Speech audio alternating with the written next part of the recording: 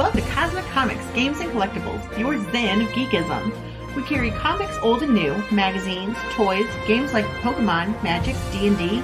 Want Godzilla, Ultraman, Star Trek, Ninja Turtles, Funko Pops? You'll find it all here. Shop our Cosmic Sound Room and pick up a record or two. Enjoy our Comic Coffee Lounge with a cup of Sasquatch coffee or a delicious menu item while geeking out over a super cool movie on our big screen. Come by and say hello to Maui. Cosmic Comic, Games and Collectibles. Superman loves us, and so will you.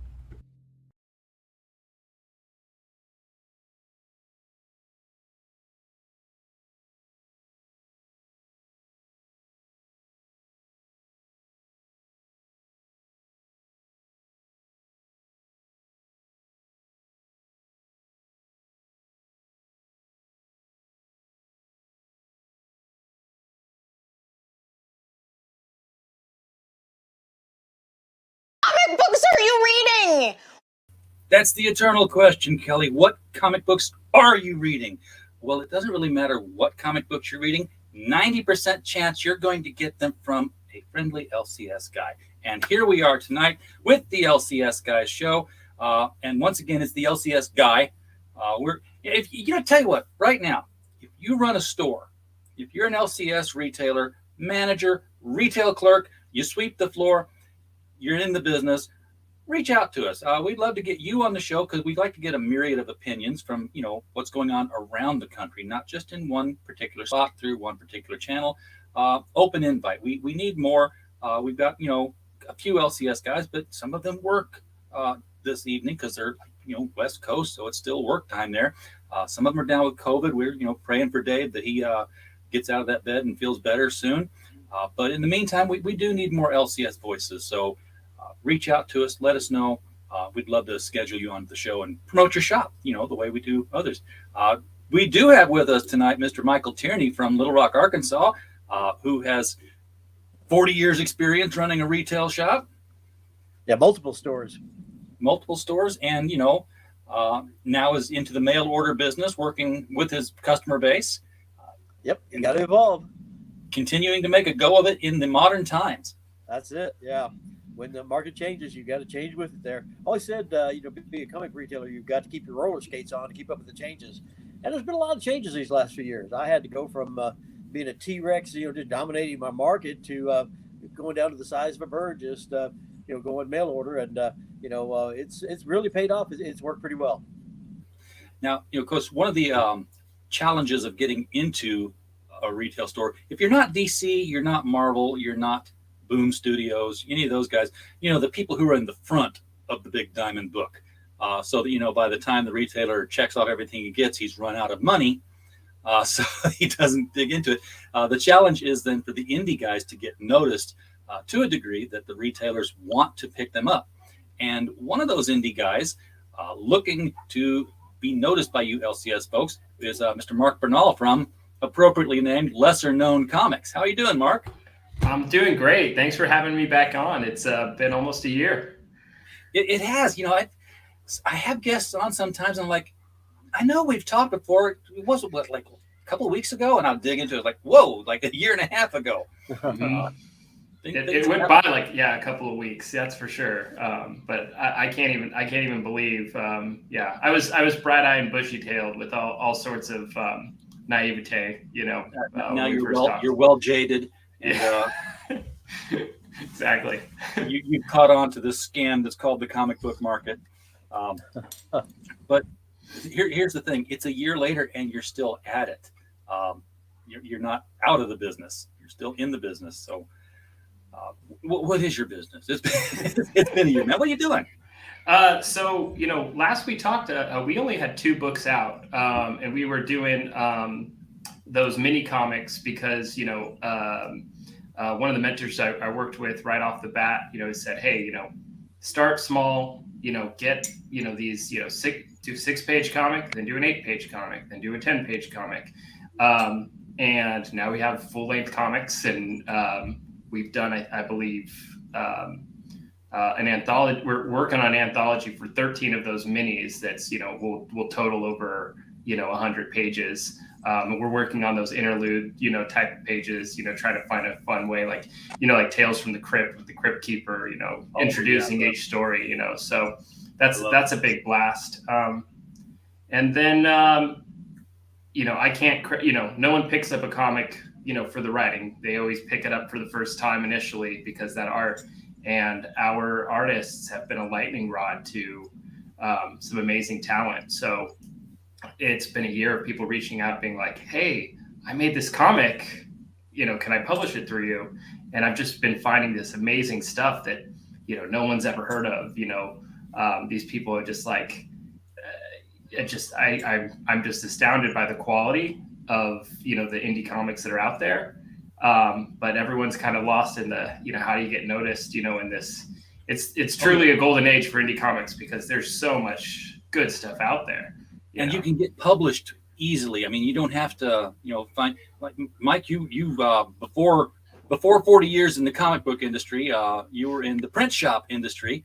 So yep. I know So I've been you're familiar with what they had to do. 1977, yeah. So I've been doing it a long, long time. I've watched the technology change from, letterpress to offset printing. Now everything's going digital. But yeah, I've been doing it for a long time. My first comic back in 77 before there's even a distribution market, and things like that. And it was tough. Now, back in the 80s, actually, it was easier to get published because you didn't have all the other stores, not the other stores, but all the other, publishers compete with you, all the other independent stuff. So you got noticed in a catalog. And a great thing about it back then is you had all these distributors in competition to each other. It wasn't the monolithic system we had until recently. And so no distributor wanted to be the guy who didn't carry the next hot book. And so you'd sell through everybody. And, my store first store I opened up was Collector's Edition. So when I started publishing my comics again, I started just calling it Collector's Edition. So when you're calling up a distributor about a late bill that they haven't paid, and you say you're from Collector's Edition, well, they think it's a collection agency, and bam, you get paid like that. So something to keep in mind when you go to name your business. I try to sound like you're a collection agency coming after them there, and then they'll pay you then. You get your check. Perfect. Eric Kent's in the chat. Happy Saturday, Eric. Glad you're here. Roy Draws is also here joining us. Very, very thankful to all the people who come in our chat and sit and listen to us talk here. Michael, I don't suppose your days in the print business, you managed to walk out with a paper folder in your basement somewhere, did you? Because I'm in need of one. Paper folder? Yeah. I mean, you were talking about manila folders? No. The paper folding machine. Now, yeah, I got you now. No paper folders. So. Oh, I'm gonna have to get a paper scorer of my own now. I've got one of the things we do, Mark, is we're a distributor now since the last time we talked. So people who are overseas, especially, crowdfund their books, and then their shipping costs are set based on bulk shipping to us, and then we break it down and do it domestically. So I've gotten a shipment here from Portugal, and it came with these posters. I'm like, do you want them flat? He's like, no, I want them folded. I'm like, okay, I can do this kind of thing. And then create. I'm like, yeah, I'd like it to be a little bit nicer than that. So I found a used paper scorer that you just kind of, and then it puts a crease there and you fold it easily. You might try a yardstick just to kind of give you an even seam that way if you're having to do it by hand. Yeah, well, this device I've got is you lay it under, it's kind of like a paper cutter. It's got just like a rounded blade, and then you get it lined up, and then you press down, and it makes a seam, and then you fold on the seam, and it creases the paper right there. But it's like, for such a simple tool, I found a used one missing some parts on eBay for $55. Wow. So I've sent them a message like, which part is it missing? Like the blade or like one of the extra, doohickeys if I want to make a book cover, which, right now I don't, but something I can replace. It's always something that you're missing. Or, there's always another new problem. And no matter what kind of business you're in, you're always like, okay, now I need to get this to be able to do that. Yeah. I was like, I always thought, the things I would need to get were like, okay, I'm going to have to get a different size box for something. But this is the first time I've had to get a tool in a long time. I've got the postal scale. I've got the thermal printer. I've got the laser printer. It's what more do you need? I'm printing out labels and putting them in boxes. Well, I need more. Yeah. I need more space too. It's a good problem to have though, because and I can't say who it was, but I got contacted by another crowdfunding agency. I'll say agency, and they're somebody who, when they sell books, they sell them by a couple thousands. So I'm like, yes, we'll be happy to move your books for you.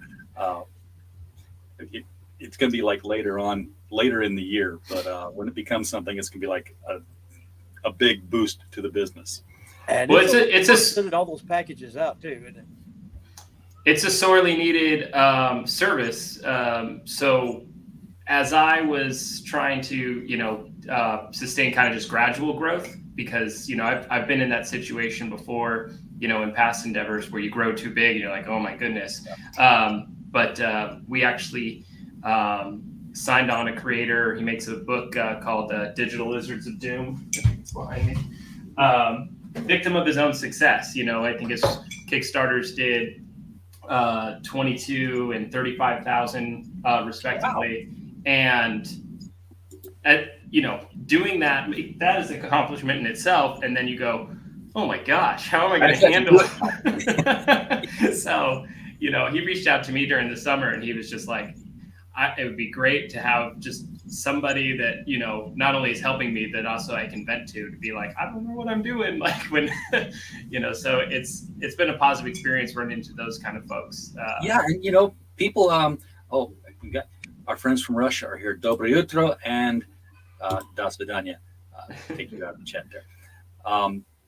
Because when I did this, it was for the international folks. I'm like, hey, we'll bring that distribution cost down. And as I'm just getting started, people in the US are calling me up about it. I'm like, but it's going to be more expensive for you. And they're like, yeah, I don't want to do it.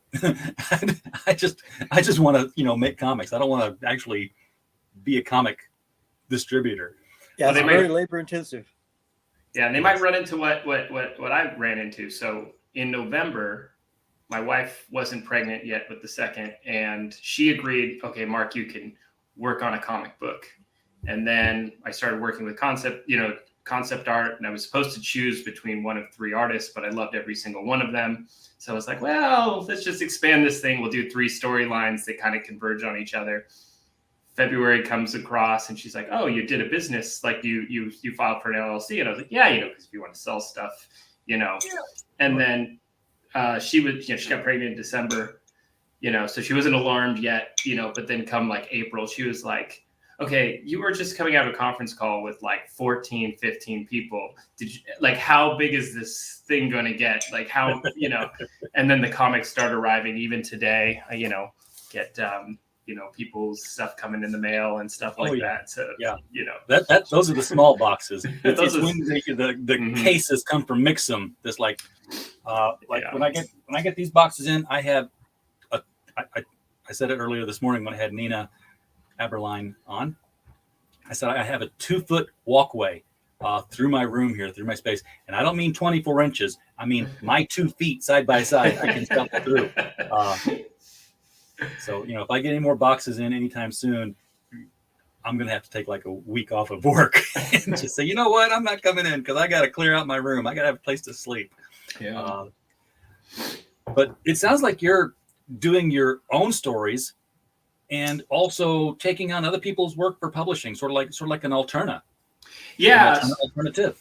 Yeah. So I based a lot of the business model off of Alterna, and but I also wanted to use my characters as a sandbox for creators to come and play in. So for example, there's an artist that started with us that she did a mini with us, and I saw one of her comic books that she made as a college project, and I was like, your writing is way better than mine.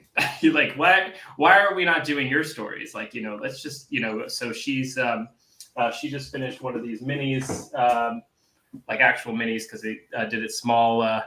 So I Worked at the Mall, the vampire cult story, which is, your standard tale about a vampire cult trying to infiltrate, the retail world there at the mall. And now she's doing that, and it's these stories that people come in with, are just, so fantastic. And then we end up, blending anyway, where people may have a great story that they want to work on that's going to take them a year or two, they say, okay, well, in the meantime, we can play with my characters, and you can take a story arc or do a couple of things with it. And that keeps them, working on different stories and working in different styles and stuff like that. Is just going to, make you sharper all the way around, and like a lot of artists will like to work on something heavy and then move to something goofy, just to kind of, so they don't get burnt down at a time. So it's been a fun ecosystem. You mentioned earlier that you were advised to make like 6-page and then 8-page stories. The book you just held up here, the dimensions are obviously much smaller than your standard comic book. Is that how many pages is that? So this one ends up being so this was just short of 60 pages. It was 54, and we didn't like how it laid on Saddle Stitch. So we're actually we're adding some bonus stuff so that we can get it over that 60-page mark, so we can do square bound. Yeah. But yeah, that's one of our longer ones. And then, a lot of the creator-owned content stuff is the longer stuff because they're coming in with something that they've been working on already for a year or two. Okay. So Mike, as a retailer, what are the thoughts at the retail level when you see advertised a book that is either 8 pages? I'm assuming they were standard size 8-page comics. Yeah. So some of the things that we do on our shorter comics. So this one's 9 pages. And then that looks like more than 9 pages. So what we do as well, because we want to say, okay, like a 9-page book just feels weird in your hands. It feels like a pamphlet. So some of the things that we add are, the sketch and design stuff to, give a little bit more insight. And then we'll do these like short minis from some of our buddies that, do shorter comics. So so there's more content than just the 9-page story. Page story, 9-page comic. Gotcha. Yeah. But the big thing is, I think I did this road trip shortly after our last interview. Our printer, we go with Comics Wellspring in Michigan. I'm not sure if you heard of them. Yeah, and just the sweetest people, and really, there's a printer that's much closer that I could use, and I could go down to the actual facility. But I'm seeing Comics Wellspring, how much they're actually investing into the indie comic scene, and it's really geared for if you're a first-time creator, I just couldn't recommend them enough to just and then. Because there's such the size of the company, the same person answers the phone when you call, I get Miskatonic high from them every time a new issue comes out, and they continue to do quality work. Yeah. But Mike, I was going to ask from the retailer perspective, what goes through a retailer's mind when they see advertised 9-page story or a book that's of like, that was kind of smaller than digest size dimensions? Is that something that you guys... the dimensions that I look for, I want it to be comic book sized. Because one thing you'll find out, if you make it like larger magazine size, you get it where it doesn't fit in their collection, where it won't drop in a comic box. People have to come up with a special way to store it. That's always been the problem with doing big treasury editions and even magazine sizes to a certain degree. Not quite as bad because they do have magazine boxes. But when all of a sudden you got a book that you got this unique size on and it doesn't fit with everything else, it doesn't hardly sell. I don't care if your name's Frank Miller. He did the same thing with, I can't even think of what the title was because it sat on my shelves forever. And this was work by Frank Miller, Daryl doing the art. I mean, it was a beautiful book, but nobody would buy it because it was huge, oversized, and no one had a place to put it in their collection. So stick with the actual comic book format, I'd say would be the first thing. And, then after that, pad it up with as many pages as you can. You really don't want to have it smaller than a 16-page book. If you get it up to like 32 pages, that's, pretty standard. And, fill it up with extra content, and the first thing that I decide when I'm looking at as a retailer, what does that cover look like? And because that's what's going to catch people's eyes. As you know, from having been in my stores when I still had them both, I had all my shelves designed for full cover display because the cover is what's going to sell the book. And so that way people can walk along, see it down the shelves and see the front cover of every title. And like in the back of Mark's area back there, I'm looking at that yellowish cover. It just springs out over all the other ones because it's the one on the upper left. I mean, it just jumps out. What's going to jump off the shelf. So you want to have a good cover design, or just something about the images has a good color and it draws their eye. And then after that, it's the content is going to keep them looking. So you want to draw their attention, do something striking, a great cover art. Then a title, something to get them interested. One of the things I kind of hated about what Marvel Comics was doing for a while is they were just doing all these pose covers, and just the person in this pose or that pose. It's kind of funny because when I was writing trend watch reports for Comic Buyer's Guide when they were in the magazine format, I described this one shot of a variant cover of Wolverine with his claws up on the ground, just kind of grimacing as he squats. I called it the constipation cover. Well, then he does that one a lot. Yeah, I started to see it listed on eBay as the constipation cover. So the name just kind of stuck with it because it really just kind of described what it looked like he was doing.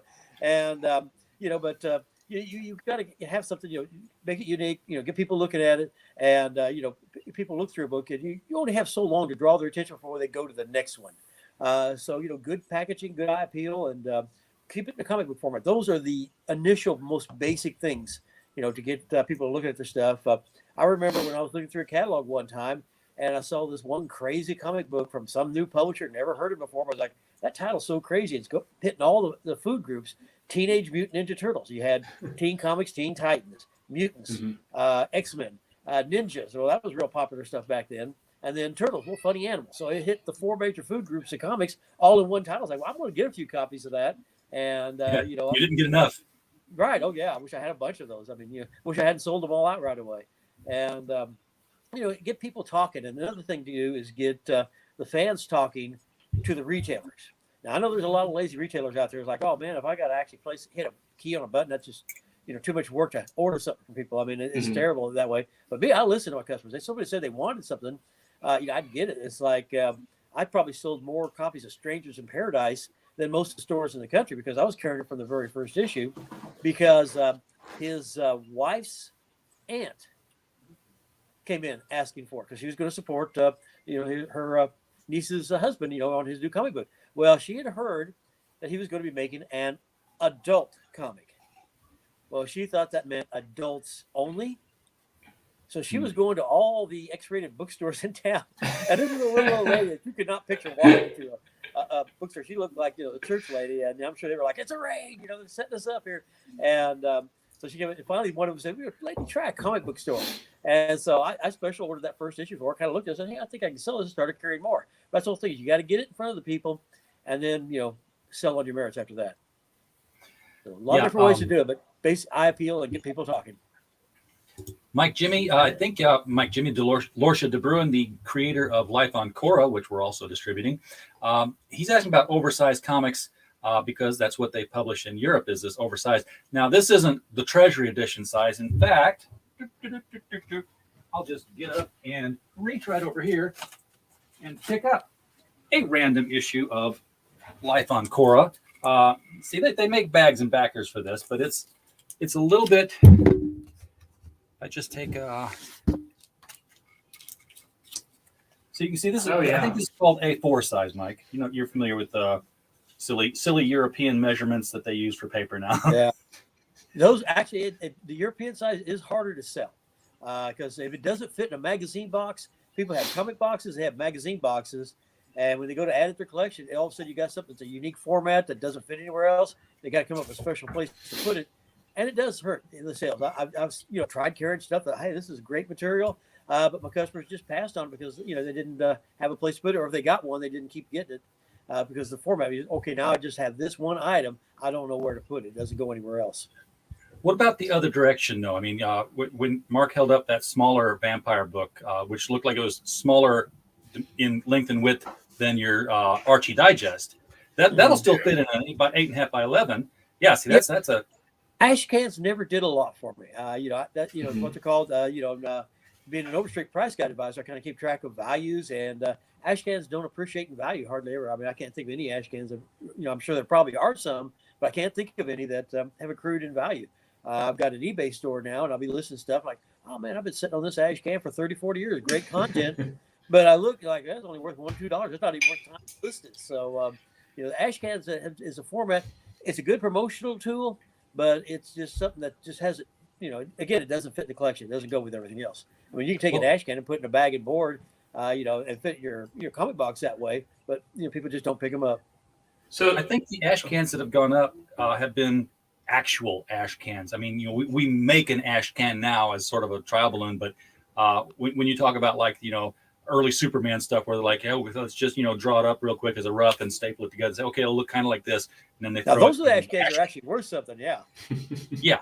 That's ash can stuff. Tank Bear in the chat, Clyde Crash Cup. I can't say your name, Clyde Crash Cup, but I'll blame it on the beer. So Mark, given what Mike just said about, the oversized and the undersized books, what has been your track record for moving them? I mean, are you finding an audience for them? So initially with those shorter ones, so I wanted to visit Comics Wellspring in person. So I actually took a road trip from DC, where I'm at, to Michigan. And we visited, I think, my buddy Brian and I, we visited, I think, like 34, 35 comic book shops between DC and Michigan. And we just made a big road trip out of it.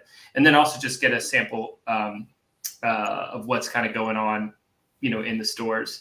What we did a lot with those small ones is, hey, we're lesser known comics, we're new, we're kind of getting off the ground, kind of getting, talking to some retailers. And then the books we left, we just said, just put them in, the pull boxes of people that you think would like it. Because that type of marketing, for me to get it in the hands of somebody who actually has, who's going to the store, and there's so much that comes from the recommendation of the shop owner, that'll be, the Amazon algorithm all day long. Amazon will just tell you what Amazon wants to sell you, but the store owner has your best interest. They're like, hey, either I like this personally, or I've been selling to you for, so many years, and I know you're going to love this thing. And that carries so much more weight. But I was talking with a store owner who said the same thing, because and they're probably the only store owners that are like that, because they want to make a buck, but they want you to trust them as well for their opinion. The guy was telling me about the Son of Kal-El books. He's like, sales are down, and he's like, and the story is crap. I mean, I shouldn't say a story's crap because I'm trying to sell the book, but I tell people when a story's good, and I tell people when a story's crap, and the story's crap. But that's another story. Go ahead, Mark. You were continuing. I interrupted there.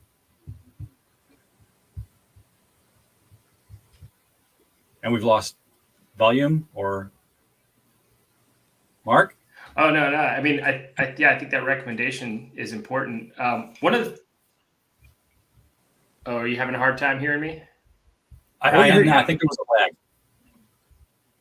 lag. Okay. One of the things that I did notice on the trip was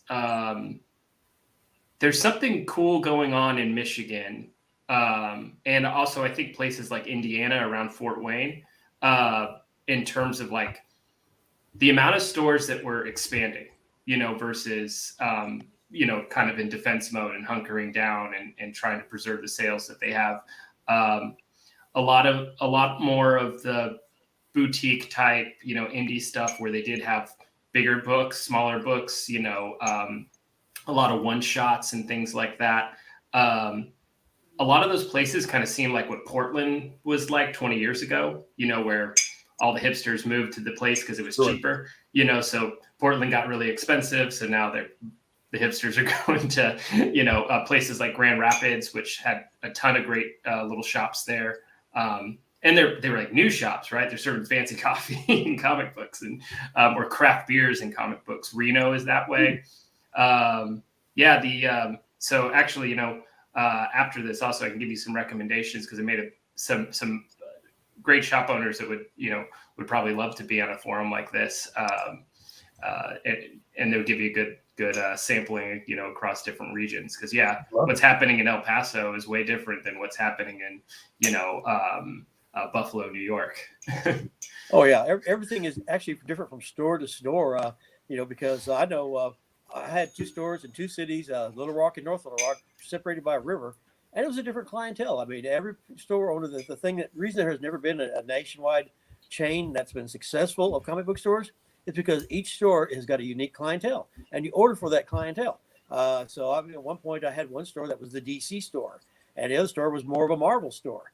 Then when DC relaunched that big plan to Dan Diddy, we're going back to number ones on everything, and made all the DC fans mad at one store, and they went over to Marvel. Whereas the other store, the Marvel store, everybody, hey, let's give a try to those new DCs. So I saw completely different reactions between just two stores separated by a river. One store, the DC sales went up, the other one went down, and vice versa with the Marvel. So I think there's an expertise too in the comic stores that you don't experience anywhere else in retail these days, right? So you have an obscure question for a different retailer, right? Whether you're buying clothes, you're buying tools, you're buying anything else that's available at a brick and mortar, and then you get somebody who doesn't know, their elbow from their other thing. Yeah. I don't know the swearing here. You can say it here. But, you go to a comic book store, and it is very rare that there's not somebody in that store who's going to have the answer to the question that you have, or that they're not going to just go the extra mile and call their buddy at the store, across the city, and be like, hey, I had someone asking about this, I'm trying to, and they'll find you that answer. And that community is just much just higher caliber. Yeah, customer service is what it's all about. If you're going to be a successful store, you got to take care of your customers. You got to get them the answers what they want, find what they want to get. That's why it always blows my mind when somebody says, well, I want this book, but my local store won't order it. I was like, that's just crazy. I've heard that a lot, especially with, a lot of the crowdfunded stuff, because they don't want to, it's expensive. And, they don't want to, do the boutique kind of thing. And I suppose, if they spend $20 on a book and then you don't come back for it. Well, yeah, you got to know your customer. Yeah. I mean, there's people, it's kind of like, I remember one time a woman came in and said, oh man, I love that cardboard stand-up you got in the back. Can you order me one? I said, well, I've got an extra for sale right now. She said, oh, well, never mind. I don't want it that badly. I just want to know if I could get it. Yeah, I didn't really want it. I just wanted you to order one and I'd think about it. Yeah. It's sort of like I saw a cartoon recently, and it was applied to comics industry, but it applies to anything really. And it was just like, there's this group of people and they're the fans. There was this creator says, I have made this thing, and he's holding up a square piece, and they're like, yes, we want the thing, give us the thing. And one person off the side says, that thing offends me. This part's of the thing I don't like. And he looks at them, and they're all generic cartoons. And he retools, he comes back with a triangle and says, I have changed the thing. And nobody in the fandom says, we don't want that thing. That's not the thing we bought. We're not buying that thing. And he turns to the person who wanted to change it. Oh, I wasn't going to buy it in the first place. Yeah. Like, so there is that. Yeah, there's always going to be that voice. I had a guy come into my North Little Rock store, which is right across the street from where the Southern Baptist held their national convention one year. I mean, church right across the street. And it's a main boulevard. And that guy comes in and says he wanted me to special order him Jeffrey Dahmer versus Jesus Christ. Now, I'll carry anything but X-rated stuff. And that fell into that category there. And I just told him, I said, why I couldn't carry it, because I was zoned where I couldn't carry certain things because I was too close to schools and churches. And I also told him, I said, look, I don't think that's even going to be made, because the family members of his victims are suing the thing to try to stop it from having been made. And they were successful. So he didn't seem to like that answer, so he leaves. Well, the next day he calls me at my other store. Doesn't know he's talking to the same guy. And so I obviously I recognize the request, tell him word for word the exact same thing. And because it's a unique request, I know who I'm talking to. And he goes, you're okay. I can see where you're coming from. But let me tell you about that guy at the North Little Rock store. He acted like I was some sort of pervert, like I didn't even bother telling him I was that guy. He just, first guy told him something he didn't want to hear. That guy was a jerk. The second guy, well, I've heard that before. You must know what you're talking about. So your second store though was not zoned for that, was it? I mean, because they were both zoned where I couldn't carry X-rated, and there's that. But I always kind of had a family-friendly store. I wanted a family environment for people to come in with their kids, because that's where your next generation of readers come from. So I didn't really want to carry X-rated stuff. So in a way, it just made, I can't carry it when people come in wanting me to order anything that was X-rated. I mean, adult material, that's one thing, but adults only is another. Yeah, and I recall, because Mike used to be my LCS guy when I lived in the Little Rock area. you had the encroachment of adults only material coming into the not marked adults only kind of comic. And, we'd be talking things like Jeff Johns' run on Avengers. All the way up to Zombie Love from Image. Just things that you would not expect. Yeah, and we were thinking, because we wanted to be a little tongue in cheek as well, like when it comes to ratings, because you could say teen plus, you could say mature, but like what does that say? And so we were like, oh, it'd be funny we just put a disclaimer that says, this comic book is for mature readers or for younger readers who have a good place to hide their comics from their parents or something like that. Yeah. But from a publishing perspective too, like I received a comic, one of my personal favorites from one of our creators. It's called The Hara, and it's your horror tropes. They're going on a camping trip and all that stuff. It's a unique art style, but you get the whole blood and guts thing, right? And then later on in the book when I was reviewing it, there's a nipple slip, and I remember because I grew up in a Christian, went to a Christian school and all that. I was like, oh my God, and it's not even a big part of a nipple, right? It's a sliver of a nipple, and I'm like, oh my God, are we gonna be able? And almost forgot that there's just blood and guts and intestines ripped out in the pages prior, and that's probably a good question to ask you guys from a. Do retailers get that, or how do retailers typically, typically? I'll throw in a peek on this one, and then Mike, you can expound. But here's the thing that I've come to realize about unrated comic books. Now, this is back when comic books were not rated; they were just saying, well, it's not for kids anymore. You should know that. You should read what you buy your kids, which nobody's doing because no one's got that kind of time, and they just were fighting the rating system.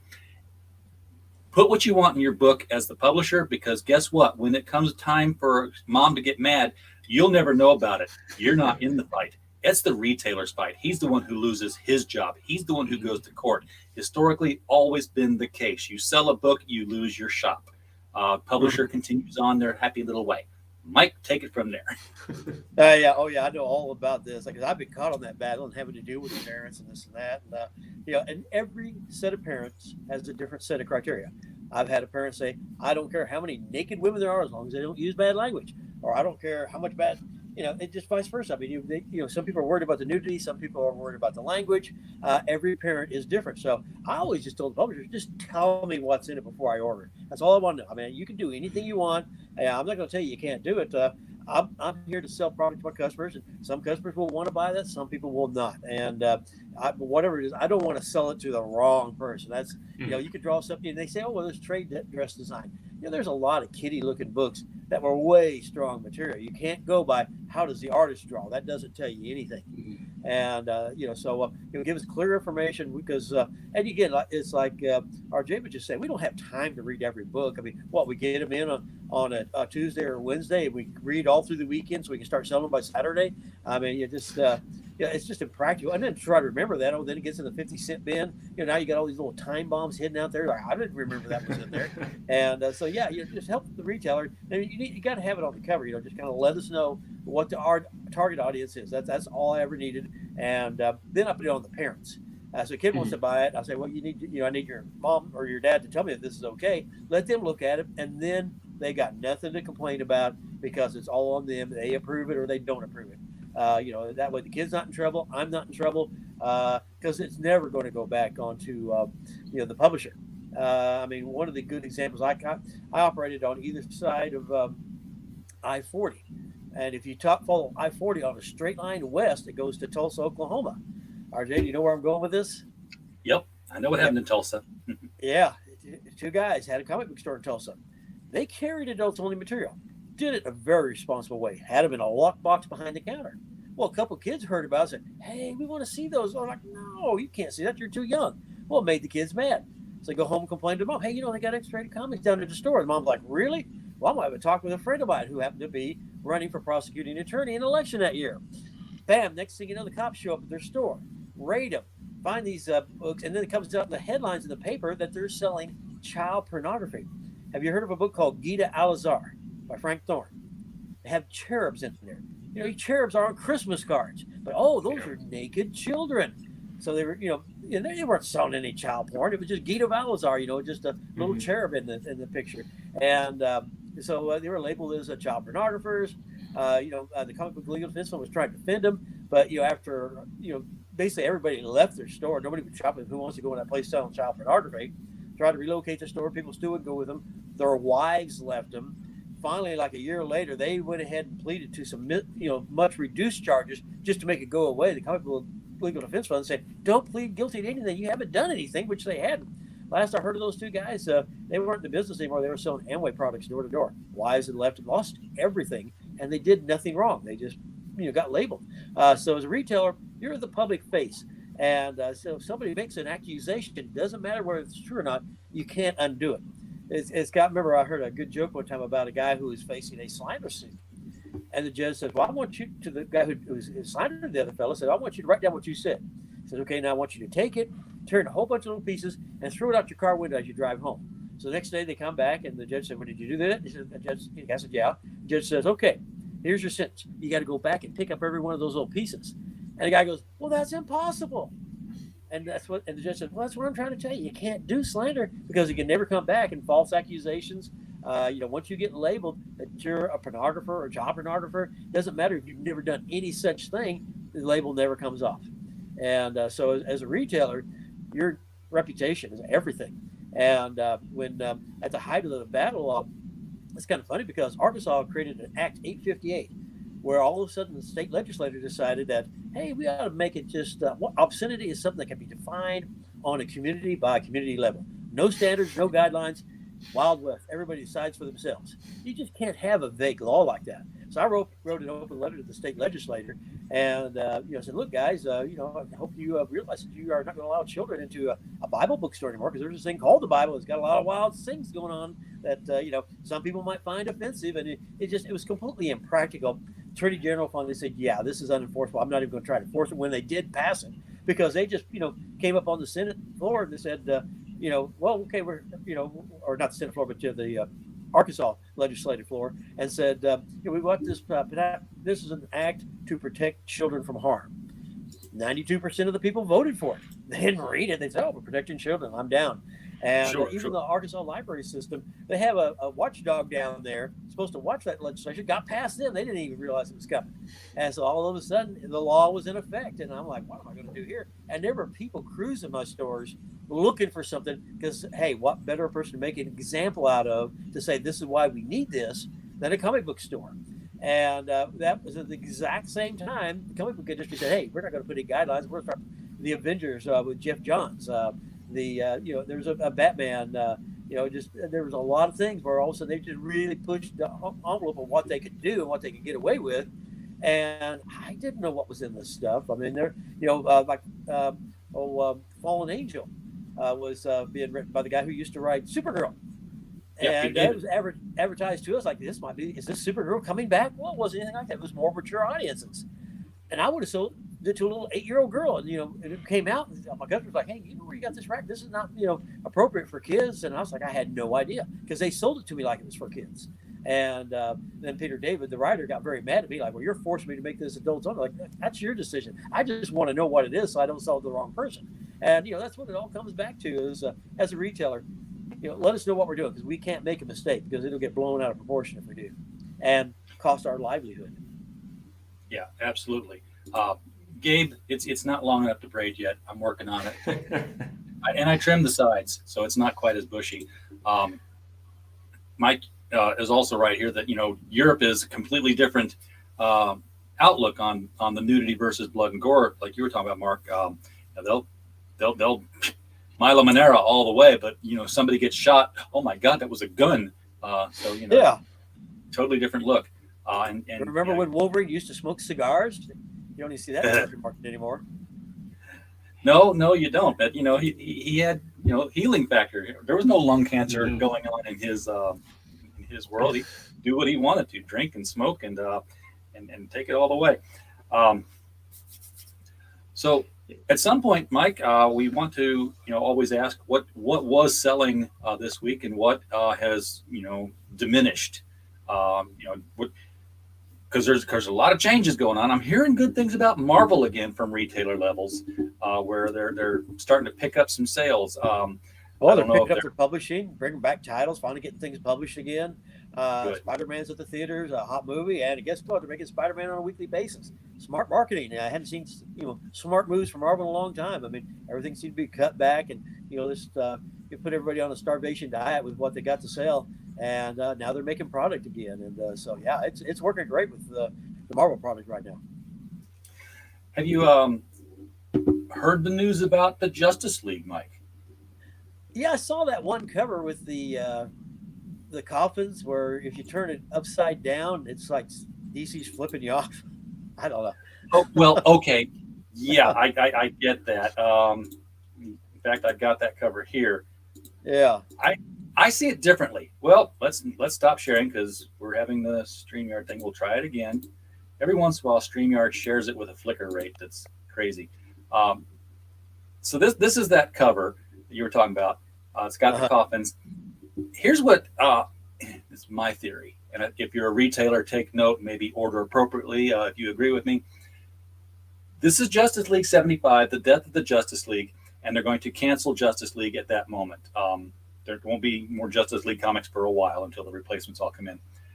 But what they haven't really played into is the fact that this Joker series that's going on right now is also canceled in the same month. And they haven't really said why or what's going to happen. It's just that, Justice League 75 is going to be canceled. They're going to be dead. We're canceling Joker same month. To me, if you flip that over, it's not so much DC flipping people off as it is that's a giant Joker face. And it leads me to think that there's a tie-in to this story somewhere for people to be aware of. It's just a theory. I'm a comic book conspiracist. So, but I say watch both titles when they get canceled because it could be something to it. Mike says they don't have smoking in the comics in Europe anymore since 1987. So, fight the censorship, Mike. Put some cigarettes. Little critters. I don't care if they put smoking in there or not myself, but it's kind of like. You don't see it on TV and shows like that anymore. I mean, it used to be so prevalent, and it was like insecticide. I'm a non-smoker, so I kind of liked it when it went away. And it's just different attitudes. Then you talk about the solicitation. I've kind of tie that into smoking, and that I just don't believe hardly anything a publisher ever tells me anymore. They are never honest with us anymore. The days of, hey, Superman's going to die in issue 75, and we ordered lots and sold them, are long gone. No. Batman's going to get married. Ha ha! You believed us, and you've ordered extra copies, you fools. It's all bait and switch now. So whenever they're makes me wonder if Justice League's really going to die. I kind of doubt they will. Yeah, sure they are. Maybe they'll die and replace it for a while, and then bring them back later when they find out the new characters or new versions don't sell. So last time they actually got me with a solicitation of hyping like this is a big event. Was this kind of gives you an idea about just the title? This issue of the Spectacular Spider-Man features a major turning point in the relationship between Peter Parker and Mary Jane. Months from now, fans will want to go back to see where it all started, where it first happened. I'm like, wow, that sounds like something important going to happen, so I better get some extra copies. Goes through the 2-month shelf cycle. I'm pulling off like, I didn't sell one extra copy of this book. What the heck was this big event? Mary Jane took up smoking cigarettes. Now, Mary Jane was smoking Mary Jane. That probably would have been an event. That would have sold. That would have sold. Yeah, this is our number one. There's not even a cigarette in here, just her breathing smoke. But this is our number one flagged image anytime we post this cover. It is one of my favorite covers that we have that'll be pulled, the AI on the social media. And I also will actually flag that vampire one as pornography too, because apparently if somebody's, it's a vampire. She's kind of like lunging towards another space, but her tongue's out in, I guess, a suggestive way that the AI is like, yep, that's porn. We got to pull it. And it's kissing is pornography. Yeah, we had a thumbnail for a video for the Rags Comics team, and she was in a bikini, but the bikini was like a light tan color. So the AI just scanned and said, "Yep, full nude body." Kicked the thing right off. Like, okay. Hey, did you hear about Moz? We still need people. You hear about what? Moz? Yeah. No. Art Spiegelman's book? Yeah. Oh, yes. We haven't talked about the mouse yet. Naked Mouse? Yeah, I understand next week they're going to go after Donald Duck because you got an uncle and his 3 nephews with no pants. Yeah. Walking around with no pants all the time. The naked mice. Now I need to read some more on that story because from what it obviously had the clickbait headline, mouse banned from school. My understanding is that mouse was not banned from the school, but it was removed from the curriculum as a taught book. And it doesn't say what grade level it was either. This could have been like, 13, a 6th grade book. 13, 14-year-olds. Okay, so this is like a 7th grade book. Iffy maybe, but it's if it'd been like a high school book, I'd like, yeah, that's kind of silly that you're not doing that if you're still reading Catcher in the Rye, which probably they aren't anyway. But that's another rant for another day. Yeah, their specific complaints was the word "damn" and picture specifically of the words "goddamn." You can say "damn" a lot. You just can't make God do it because that's when it becomes a censored word. Yeah, and used to be that way on television. You can say "damn," but not And then but it's that picture of his mother was committing suicide in a bathtub, so that was a naked mouse, and those were the things they were objecting to. Well, that one, he uses an excerpt from I think he published it in a zine or something like that. So that excerpt is actually done in like very realism, like art. But the thing is, at the end of the day, is teaching kids to read and teaching kids history is so important that if it takes a comic book to do those things, and getting kids engaged anyway in the classroom, right? And getting kids engaged in doing something together. My parents preached growing up about the importance of sports, and my brother wouldn't have graduated college if it wasn't for sports. So it's however you can get these kids engaged and especially with Mouse and such like meaningful content, because there's so many themes in there, not just inside of the historical recount of the Holocaust, but also, family dynamics and mental illness and so many, there's so many important topics there that a kid's going to learn about, and they're just going to think they're reading a comic. Fortunately, our legislators and our educators have never learned the one lesson about comic books and getting kids to read them, because the best way to get a kid to read a comic book is tell him he's not allowed to. They will seek that sucker out and they will devour it. Why can't I read this? Why can't I read? So far, so good. I don't know why I can't read this. Now Minnie Mouse doesn't even wear a dress anymore. Have you heard about that? Yeah, Disney has decided to redesign Minnie Mouse, and now she wears a pantsuit. So basically, Minnie looks just like Mickey, except the long eyelashes and she still got the bow in her hair, and that's it. Got the bow. That's trademark. Yeah. But so now she's got, and I was reading an article, and the woman who did the design, a European art studio, was showing an example of Hillary Clinton in a pantsuit, and it looks just like the pantsuit that Minnie is wearing now. And I was like, man, everything's getting androgynous now. Yeah, it's just Pat. With the I did actually, I don't know if I was quoting you, RJ, or quoting you, Michael. But with Digital Lizards of Doom, we were talking about all ages stuff, right? So this is actually our only all ages book where you could give it to, and he never put it in the terms that you guys talked about it, this being complicated enough to keep kids challenged, but like dumb enough for the parents, So right, who am I quoting on that one? Which one are you guys? And because this book, it's weird, it's fantasy, it's got they talk kind of like surferish, dude and awesome, and like silly jokes, but it's they got some themes of that having to do with philosophy and things like that, of challenging assumptions and questions and how people find identity and things like that. And he's actually gotten that book. One of the challenging things for me as a publisher is making sure that all our adult stuff is not in the ads or anything in the back of that. because that book also goes to the children's hospitals, those programs where they get comic books in children's hospitals, and then also being taught as parts of curriculum at school in terms of storytelling and things like that. That's very important. Is that comic books for kids that you go through for that program, or you have So Gabe, the creator of Digital Lizards of Doom, he's the one who's pulling us into that. So he was like, "Hey, if I come to you, this is a thing that I want to keep doing." And I was like, "Of course, any publisher who doesn't support that, But yeah, because Wednesday we have Mark Weiss on the show, and he's running an organization called Comics for Kids, and a sister organization, Comics for Troops. Where they take donated comics, and I'll just plug it right now that the big thing coming up is on 2/2/22.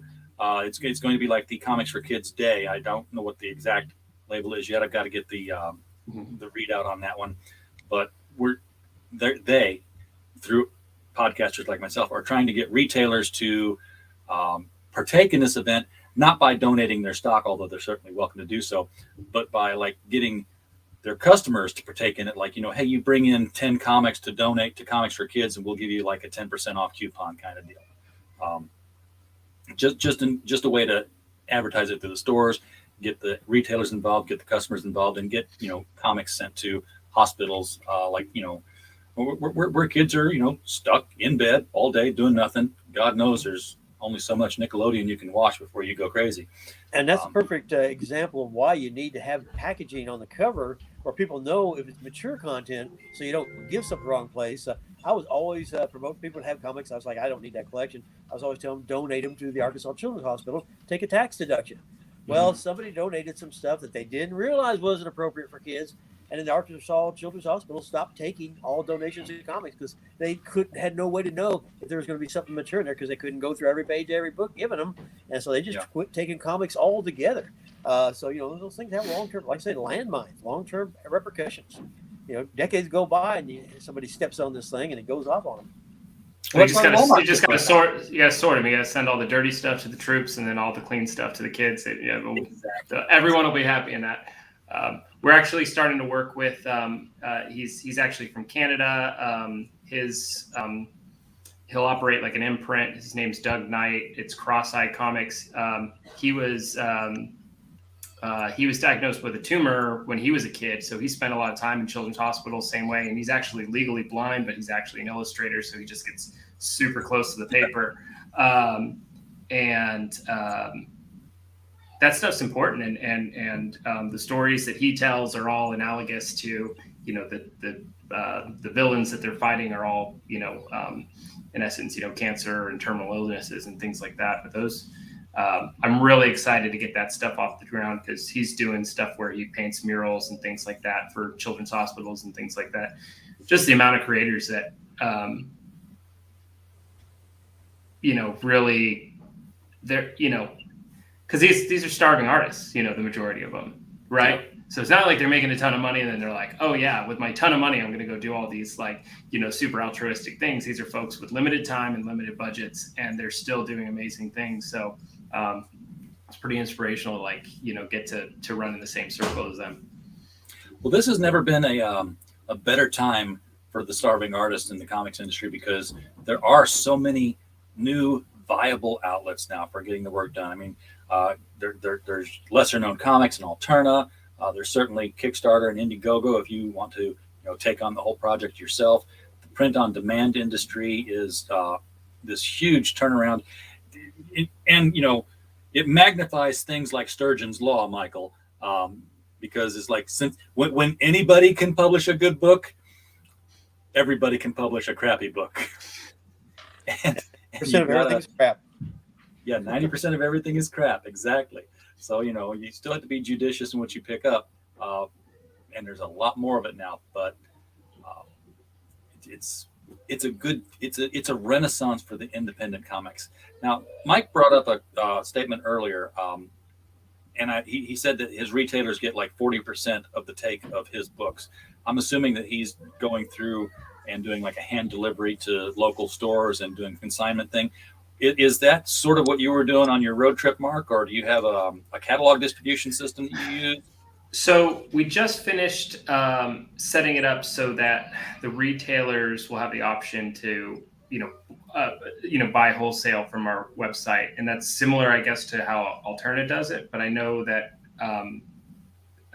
well, I guess that's the question, is how much of a sticking point is that versus going through like, a big name distributor, and I'm sure the answers will vary, store by store, and that's been the concern that if we put everything through Diamond or we put something through Diamond, is that a slippery slope to having to put everything through Diamond?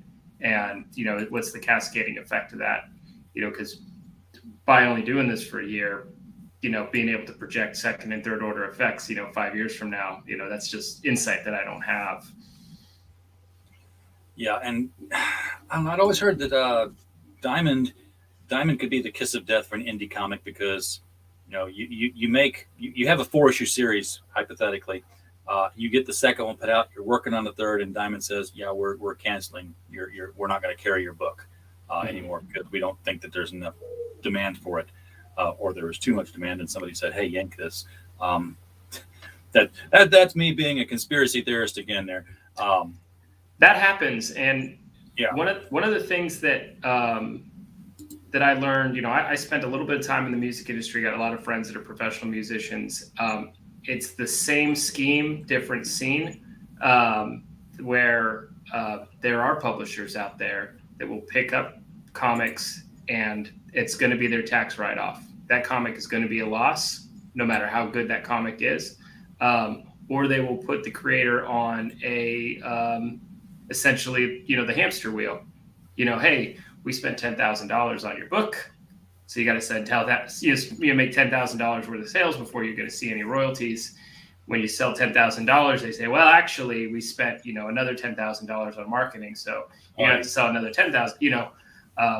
And even nightmare scenarios where there's interest or debt, like where you get them in a place where they just are never going to get out, and the goal is to get them to surrender their IP in that case. I was astounded at the number of creators who have experienced something like that.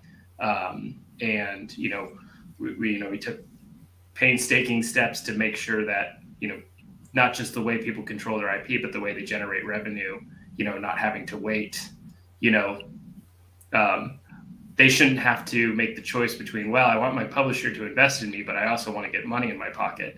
That's that's not a choice that creators have. But that's one whole side of the coin, just in the publishing part of it, let alone the distribution part of it. I'm sure there's politics and shadiness in that portion of it as well. Yeah, and it's always better to be your own marketer these days. Indie people are going on podcasts all the time. I don't know when they draw and write because I see them doing the podcast circuit every night of the week, going on one show to another. But don't get me wrong, we're thankful for that. It gives us something to do. But the mass market has never really marketed themselves, and at least not with their comics. I mean, they put out the movies, you'll see that stuff, but you don't see an advertisement on television that says, hey, this week in Superman comics, the Parasite's back in town, and things are going to be turned upside down. How's Superman going to solve it? Find your local comic shop by calling 1-800, and just doing that kind of thing. Yeah, Michael, I think you said they did it when they went digital for a brief period there. Yeah, I mean, the publishers always kind of turned up their nose about advertising that their comics. It's like when Walking Dead was a hit series, they said based on the graphic novel, never based on the comics. Well, the graphic novels, and people go to the big bookstore chains. They didn't go to the comic book stores. I mean, they eventually did, but they eventually found out about us. But it was about comic before it was the graphic novel, and but yes, these publishers were always that way. And I remember I used to ask people at Marvel and DC, I said, why don't you guys do national advertising? I mean, you've got this huge product for a nationwide audience. Why aren't you advertising? Because they expected us to do it all for them. And They said, well, we're just too small a bit, industry. We're only like a $1 billion business or whatever. And, we only make so much money. The money's not there. But then when they wanted to go digital, all of a sudden they had the money to do national advertising. And what happened was, of course, they thought when they started, advertising digital comics, that every comic book store in America was going to collapse and go out of business like a chain of Tower Records when music went digital. But what happened was people were like, what? They still make comics? Oh, I loved comics when I saw them because they'd gotten pulled from all the grocery stores and all the, 7-Elevens and convenience stores and gas stations, all the newsstand markets when they got mature and nobody knew how to sell it because they didn't know what was in it. So they just pulled them completely and people thought they stopped making them. Well, what? They still make comics? Well, let me go find where to get them. And so all of a sudden, the sales went up for all the actual brick and mortar stores because they were actually advertising nationally. They weren't actually advertising the comics that we were selling, but it worked for us and got us sales, and our sales went up. So here they're like trying to drive us out of business. They're like, wait a minute, they're getting stronger. Blew their mind. Advertising. All you got to do is remind people they're there. Yeah, I've been on television as long as I was had my stores. I was always advertising on television because what was great about television for me, you could be like a surgeon with a scalpel. You say, okay, here's my target audience. Here's what they watch. You're there. It's not like radio where you just advertise to everybody who's listening to that channel or print, everybody who buys the newspaper. You say, okay, everybody's going to be watching Buffy the Vampire Slayer. Let me run an ad on that. Or everybody's going to be watching Star Trek. Let me run an ad on that. And there's ways to buy your advertising where you can get it cheap. I was buying ads sometimes for like $15 where the book on that ad was like $400. So you develop a relationship, or it's like when Supergirl became a new show. They didn't have a book on it for what the rates were. So I bought like a whole year of advertising on the new Supergirl. And then when my year was up, they're like, okay, well, now the rate's gone up by 10, 20 times. Like, oh, forget it. I'll advertise somewhere else now. But I had it locked in for a year at the rate before they knew that it was going to be a hit show. So that's another way that you beat it. I mean, there's things you can do to buy advertising, but television was just a great tool. And I never could understand why Marvel and DC didn't do that. Yeah, in that first year, Supergirl was a network show. Not that CW is not a network, but let's face it, they're not a network. There's something that your local affiliate station picks up and runs after they're done, running things that they've rented to show for the day, the movie of the week and stuff like that. I had other questions I was going to ask, and it was specifically for, the distribution of comic books through lesser known comics. Mark, do you have a website? Because I wanted to put that in the chat here and make sure people got it. Yeah, it's just lesserknowncomics.com. And most of our stuff, Facebook, Lesser Known Comics, Instagram, Lesser Known Comics. The only one we got caught on there was Twitter, Lesser K Comics. That's the best I could do.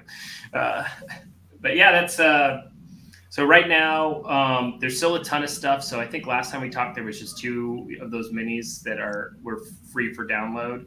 A year ago, and I want to say, there's at least a half a dozen, maybe as many as 8 of those minis that are for free download, and then they can order the physical ones through there. How it should work is, that retailers, the rollout, I have no idea how to do this. So, definitely all ears for how to improve this. But, the retailers would just be able to go there, plug in their retailer code at checkout, and then they would, get that wholesale, price rate. People are like, well, how are you going to control that code? And it's like, well, if, individuals wanted to buy them in, in that bulk too. Yeah. Like, what am I going to stop them? Especially comics. We're right here. We only sell 1 copy of the stuff every time. Yeah. So, the retailer code, I assume, would have to have, some sort of minimum. I don't know if that's five books to meet that, that wholesale price or something like that. So certainly all ears in terms of how to set those thresholds.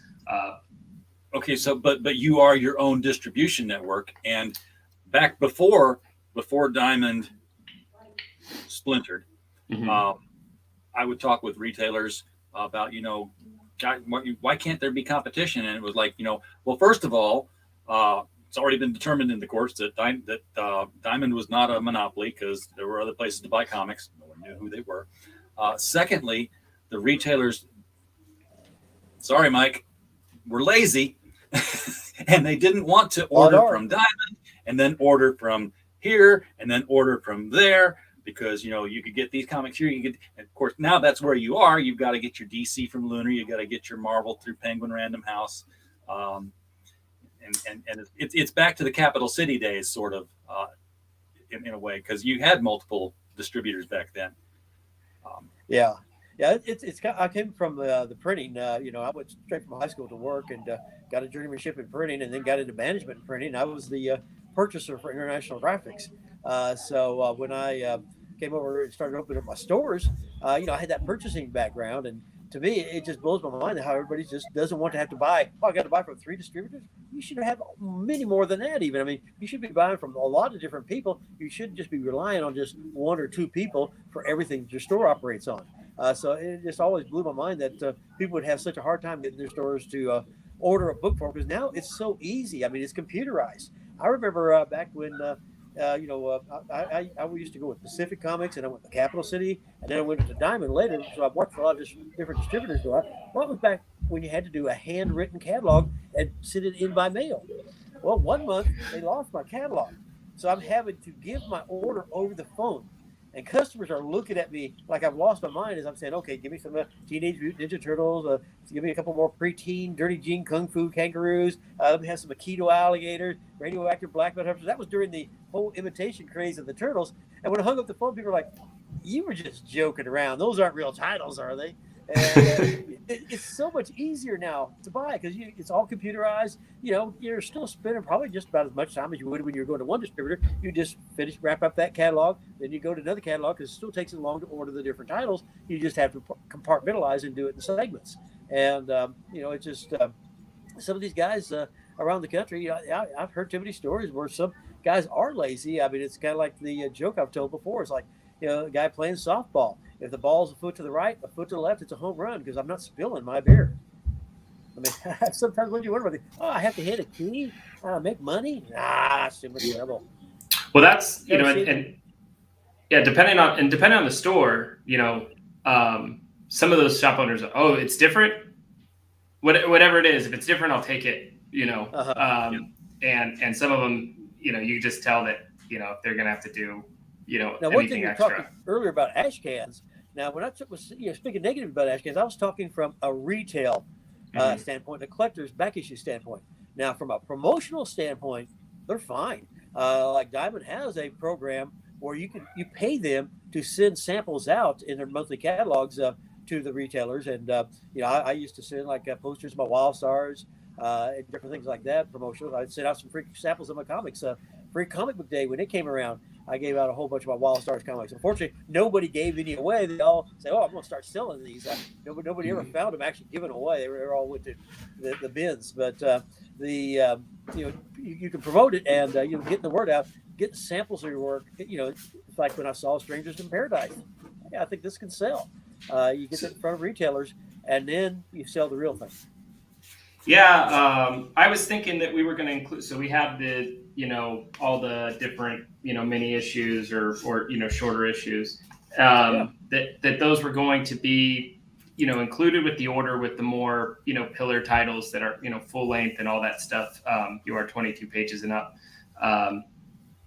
So essentially, you get a box of what you ordered, and then you're going to get a smattering of this other stuff with some note that says, hey, just put these in the boxes of the people that you think like them, or do whatever you want with them. If you want to add them as a promotional thing or whatnot. Mm-hmm. One thing retailers like is we love a good deal. Something we can make money. You say, hey, I'm gonna make this profitable for you. We're in. We're game. Where the people hesitate to order direct away from a distributor because you get everything grouped on your shipping, and shipping was a huge cost. Diamond gouged on shipping. Now DC and Marvel, they did a horrible job of it. Oh yeah. I remember I used to have 15 to 25% damages and shortages every single week. It was that had more to do with me closing my stores than the pandemic ever did. They just eroded my business and just made it impossible to operate and satisfy my customers. Now the service I'm getting is exemplary. I'm getting full fills all the time from Diamond, and of course, great service from Lunar and from Random Penguin House. The first couple of weeks were a disaster, but after that, they really straightened out. USC used to do me a good job. So right now, the distributors do a good job, and the shipping is much cheaper. Diamond, they still price gouge. I mean,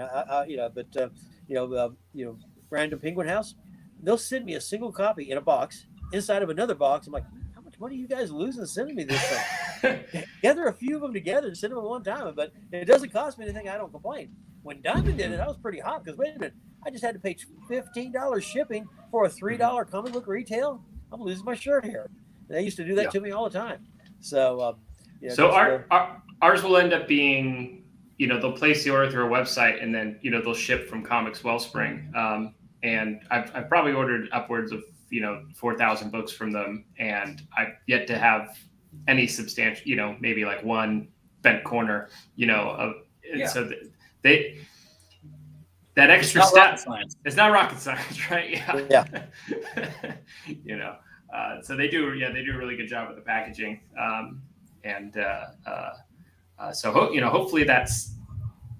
Hopefully the retailers can have some confidence in that, the website's easy to use, and that, that fulfillment comes, direct from the printer there. And I've been sitting here thinking the whole time that we've talked about having to use different systems to order from. My background is 35 years in the IT industry, and a lot of that's been with data analysis, which is what I apply to the logistics company. But for a long time, it was EDI, electronic data interchange. I was the EDI person for Maybelline for a couple of years there, and all that is taking data of one format, mapping it to a universal format, and sending it to someone who says, "Oh yeah, that's the universal format." Pull everything in and put it into our format. And I'm thinking if somebody was savvy enough, took the time to say, okay, here's all the different online order outfits for comic books, like here's Alternatives page, and here's, lesser known comics page, and here's Lunar's page. And they said, we're going to be a hub. You come to us, you'll get your Lunar books and your alternative books and your lesser known comic books all in one little system. You just mark how many you want. They're listed alphabetically. And you send us the money, and then they would say, okay, take all these, reformat it into the way that lesser known wants to see it, and send it off as an order to lesser known. And you don't know the difference. It comes from the hub with name and address and quantities and a remittance, and the same to everybody else. Somebody could make some money doing that if it gave retailers a one-stop shop again to go through. One flaw in that plan, though, is the processing time, because everything's street date. You want to get it out as soon as it's released. If you don't have it when everybody expects it to be on the shelf, they're going to buy it somewhere else. And so by putting an extra step in the distribution, you'd have to have it built in where you got your stuff early enough that you can ship it out and still get it there when they ship all their other orders. You'd have to get some preferential treatment. Yeah, well, the EDI stuff is instantaneous. I mean, as soon as you hit enter, it splits and goes. There's no human involvement into it at all. But it would be on the part of the people fulfilling those orders to send them. No, Woody, it doesn't stand for that. That's a totally different ED.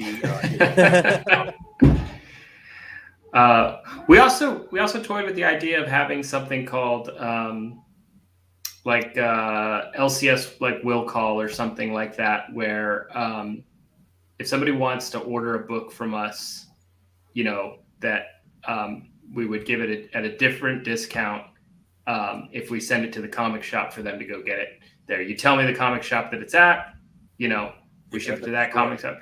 Because at least with the mail order stuff, right, that you got the customer coming in the store, so anything we can do to drive business, to the LCS, because in the long run, what we want to be able to do is if we have a comic, but we're doing San Diego Comic-Con or not San Diego Comic-Con, but San Diego Comic Fest, San Diego Comic-Con with the wait time or but the San Diego Comic Fest, and we'll want to hit all those LCS spots, in the days leading up, do in-store, events, and then, make sure that we come out of it and already have a good relationship with the stores that, hey, not just go buy our stuff, but go, to, this store that's, right here down the street. But, trying to come up with, a way to make that something that's not onerous on the actual the shop itself. Sure. Now, when you did the road trip, you made all those stops, different comic shops. Did you notice afterward an increase in your traffic on the website for store sales? It was much slower of a curve, over time. So even now, a year later, I'm seeing stuff, where so it's certainly not like a big spike. If you want those big spikes, it's going to have to be, Facebook and Instagram ads and things like that. Even actually at the Comic-Cons themselves, the spikes on, following a Comic-Con, because no one's on their phone when they're doing anything in person. It's always a slow, they get at least it's upward. Yeah, at least upward, but that's the other thing too with the the conventions and the road trips. There's so much more than the actual sale there. The networking, and then the meeting somebody face to face and shaking their hand. That's just such people take that for granted. That goes way further than anything else, at least that I've encountered in the first year doing business. Yeah, that will always leave an impact. Mark, before we sign off here, we've gone an hour and 20. We usually go an hour, and then we have Bill Willingham on. We go 2.5. But before we leave here, can you tell us a little bit about what titles you are publishing right now, and a little a hook, an elevator pitch to get people to want to check out lesser known comics and make some orders? Yeah, so the big one right now that is available on the website, and this is for everybody, kids and grown ass kids alike. Digital Lizards of Doom, book 1. I don't have book 2 in front of me because it's it's actually part of an 8 book series. So that's on the website. Book 1 and 2 are available. Number 3 is going to come out in Kickstarter in March. But that's available for order on the website. And then the 2 other ones that I can definitely recommend. World Eater. This is a guy, Soren Yarger out of Arizona. And it's just a manga style sci-fi adventure. And if you like blood and guts and gore, this is definitely going to be right up your alley. And then if you want a good laugh, So I Worked at the Mall is the name of the series. The vampire cult story is the first of many on there. So this is a proof from Wellspring. When it comes, it'll be in Squarebound instead. But yeah, vampire cult infiltrates the mall, and that's the telling of that story. And then anything on our website, right? All those minis, those are all good. And, so I always recommend bundling that stuff because we can keep that shipping cost down. And all right. Well, everybody check out lesserknowncomics.com and prowl through some of the stuff. You got pages up there that people can read for free. You got full issues that people can read for free as sort of an introduction. Yeah, absolutely. And all those things, we keep the name Lesser Known Comics number 1, number 2, number 3. Those are anything that's happening in the universe, and the characters you see in those, they spin off into their own titles. And eventually what we want to do is make those how Secret Wars was. And when you have a thing that happens and then everybody else has to deal with the fallout of it, in the following, year series, or something. So definitely, yeah. At least 7 of those minis, are for free. So, all right. When they're not for free, what's your usual cover price? I mean, is it all over the board, or do you keep them kind of the same? I think we've had some fun with the prices. I think Vampire Cult is $6.66. Oh well, and then you gotta do that. and then I think $2.99 is pretty much for most of the other books. All right. The Digital Lizards of Doom is 128 pages, so that one is that's a pricier book, and it's a graphic novel. Yeah, so and needs to be priced appropriately as such. Mike, anything you want to leave us with before we take off? Wish Mark good luck. You got a great looking product, and I hope you do very well with it. I wish you the best of success there. If I had retail stores, I would be carrying some samples. Unfortunately, right now I'm operating on advanced sales only, so I'm not in a position to promote because I don't have that person-to-person contact going on anymore. But you got a great looking product. I wish you the best of luck there. Thank you so much, Michael. And that is the one thing that Michael would always tell me before, and that's why it's you want to talk to retailers, but you want to talk directly through podcasts to the buyers, because what Michael would order would be what customers came in and said, hey, can you get me this? And there's a rule of thumb, and I don't know what the exact number is, but for every customer that comes in and asks for it, there's X number of customers who want it but don't bother going through the asking phase. They'll buy it. So that's so like when people call their congressman, one call is as good as 300. Yeah, right. I always go by multiple feedback. I look at the title. Hey, this looks great. What? Not one person that must not be, any interest because nobody's expressed it. I'd always told a lot of other publishers that multiple of 0 is still going to be 0. You got to get the numbers you're going for, and then the higher the numbers go, then the faster the multiplier goes with it. Yeah, I mean, if you have 10 people asking for a book, you're like, oh, I better stock up on this one. Yeah, if you just have one person, who is the person? Yeah, that guy likes weird stuff. Yeah, there's not going to be anybody else wants it. But then all of a sudden you start getting multiple people across a wide range of demographics. You're like, hey, this is going to have some mass appeal. All right. Well, Mark, thanks for coming on the show tonight. Good to see you again, man. Thank you so much. You get back on Kickstarter again. Obviously, come back and tell us about that specific book. And it's been an educational talk for me as well here. Just to find out what's going on behind the scenes with your publishing efforts and to learn how it ties into the retailers. Because I'm trying that. Mike, I got to get you a catalog. Did I email you the catalog we have? No. I will do that tonight. Okay. Because with the distribution we have for the crowdfunding, one of the other services we say, hey, overship these suckers. And then, when you got to send out extra copies or you got to replace damages, they're already here. You don't have to put them overseas. But we also put them into a catalog, and we're trying to get them into the hands of retailers so that they can buy them from us. A little upcharge because, guess what? It's out of print. It's technically a back issue. But, to get in the hands of your customers, and then we send the money back on to the creator. Sales we didn't know they were making. I have one customer who says, I'll take any number 1, as long as it's a comic book format. And, if it's something I think he would be like. So I kind of got that carte blanche to, buy all these number 1s for one guy. He hardly ever buys a number 2. He's just investing, hoping to find that one big thing that the number 1's going to be worth something down the road. So I'm always looking for the number 1s for new series. Yeah. At least there's one customer.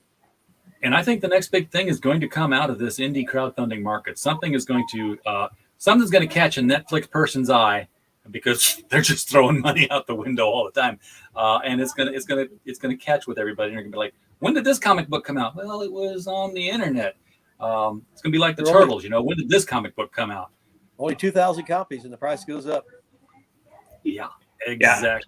Yeah. I'll tell you already. I mean, we're brand new, a year. We have folks in discussions with studios already for animated series and things like that. There's such a craving for content. If you have a good story, you got good aesthetics, lean forward and try and, reach out to those studios, talk to folks, who have made show Bibles before, and how to do that. I think this is a great time. There's no other time that I can imagine where you could just, you make something yourself, 1 year, and a year later you can be talking to Netflix or, Hulu or whoever with your because IP. Left to their own devices, they're just making the same thing over and over again. They need fresh input, and that's you guys. So keep at it. Mike, as always, thanks for taking part in the LCS Guys show. We'll try to get some more LCS guys in here to make it more of a roundtable discussion. Folks in the chat, thank you for showing up. As always, we don't have a show without you. So we're always glad to see you here. Do click on the link for lesserknowncomics.com. That will be added to the description below the video as soon as we're done here. So, if the chat's not showing for you, you don't have to scroll forward. It'll be right there. And as always, while you were here, we just hope you had a blast. Good night.